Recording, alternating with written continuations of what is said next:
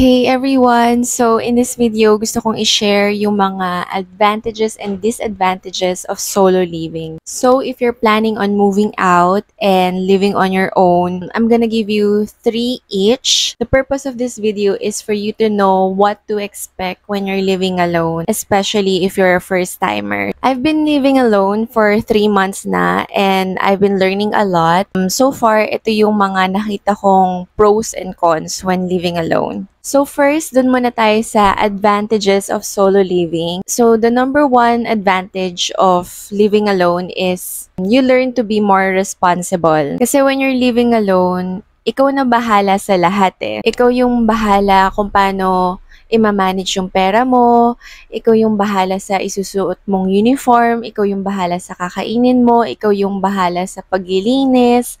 So, ikaw lahat. Nandun yung sense of accomplishment and you develop this confidence na kaya mong mag-isa, kaya mong tumayo sa sarili mong paa. Ito yung number one reason ko talaga kung bakit gustong-gusto kong mag-live alone for the longest time. As in, 20s pa lang ako, gusto ko na talagang mag-live alone. Pero back then, I didn't have the courage kung kaya ko. But now that I'm in my 30s, I think it's time to live alone na and mas kaya ko na to survive on my own. So, the next advantage of solo living is meron kang freedom. So, back then, nung nakikitira pa ako sa parents ko, kapag medyo maraming trabaho sa work and medyo malate kang umuwi, sasabihin ko yung parents ko na wag silang mag-antay sa akin kasi medyo malilate nga na uwi. Pero, every time na uuwi pa rin ako, ayun, nag-aantay pa rin talaga sila kasi syempre, anak nila ako, talagang nag-worry sila for me. Medyo andun yung guilt na merong ibang taong nag-aantay for me. Now that I'm living alone, wala nang ganun. Wala na yung guilt na ganun na may nag-aantay sa akin kasi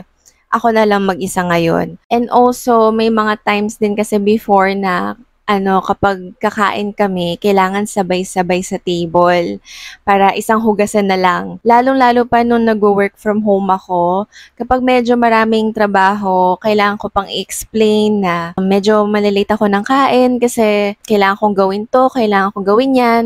Kahit ako na lang yung maghugas ng pinggan, pero, ayun, syempre, gusto pa rin nila talaga nakasabay ako kumain. So, ngayon, dahil mag-isa na lang ako, ayun, medyo nami-miss ko na yung mga panahon na yun na sabay-sabay kaming kakain. Hindi mo na kailangan mag-explain kahit kanino kasi anytime na gusto mo, pwede kang kumain, ganun. So, the next advantage of living alone is meron kang privacy. You can do whatever you want. No one is going to judge you. May mga times kasi minsan na ako gusto ko mapag-isa, gusto ko magmuni-muni, I just want to clear my head. So, wala akong problem na ganun kasi I live alone naman this time. So, meron kang privacy when you live alone talaga. So, now na-discuss ko na yung advantages of solo living. Punta naman tayo ngayon sa disadvantages of solo living. So, number one is that mas magastos pag solo living ka. I just want to set your expectations na before ka mag-move out, mas magastos talaga when you live alone. Kasi kung dati nakikitira ka sa parents mo, nakahanda na yung food na kakainin mo, hindi ka gumagastos sa grocery, hindi ka gumagastos sa electricity mo, ngayon, ikaw na lahat. So, may kagandahan din doon kasi natututo kang mag-budget, paano mo isa-stretch yung budget mo at a long period of time. Matututo ka ng mga tipid hacks. Maraming adjustments akong ginawa ngayong solo living na ako, especially pagdating sa money. So, akala ko noon magaling na akong mag-budget ng pera. Pero ngayon na solo living ako, natetest talaga yung budgeting skills ko. And pag solo living ka, you shouldn't spend beyond your means talaga. Number 2 disadvantage of solo living is that mas ma-effort, mas matrabaho kapag solo living ka. Kasi ikaw na lahat eh. Like before, si mommy yung naglalaban ng mga damit ko, ng mga uniform ko. Ngayon, ako na. So, parang may mga times na pagod ka na galing work, pero kailangan mo pa maglaba. May mga times na may gusto kong ibang gawin, pero kailangan ko pa maglaba kasi yun talaga yung nagko-consume ng oras ko. Pero hindi ko rin naman magawang mapa-laundry kasi syempre gagastos ka pa sa laundry. So, syempre mas matipid kapag ikaw mismo yung gagawa ng laundry mo. Kasi na-compute ko na talagang mas makakatipid ako kung ako mismo yung maglalaba. And also, ikaw rin yung bahala sa food mo kasi may mga times na pagod na ako and gusto ko na lang magpa-deliver and yet hindi pwede kasi mas makakatipid kasi kung lalabas ako and doon na ako magda-dine-in. Mas matrabaho talaga pag solo living ka. And also, pagdating naman sa paglilinis ng space mo, wala naman akong problem doon kasi nung nakikita ako sa parents ko, may sarili akong kwarto and yun talaga, ako na talaga bahala doon na maglinis, magayos.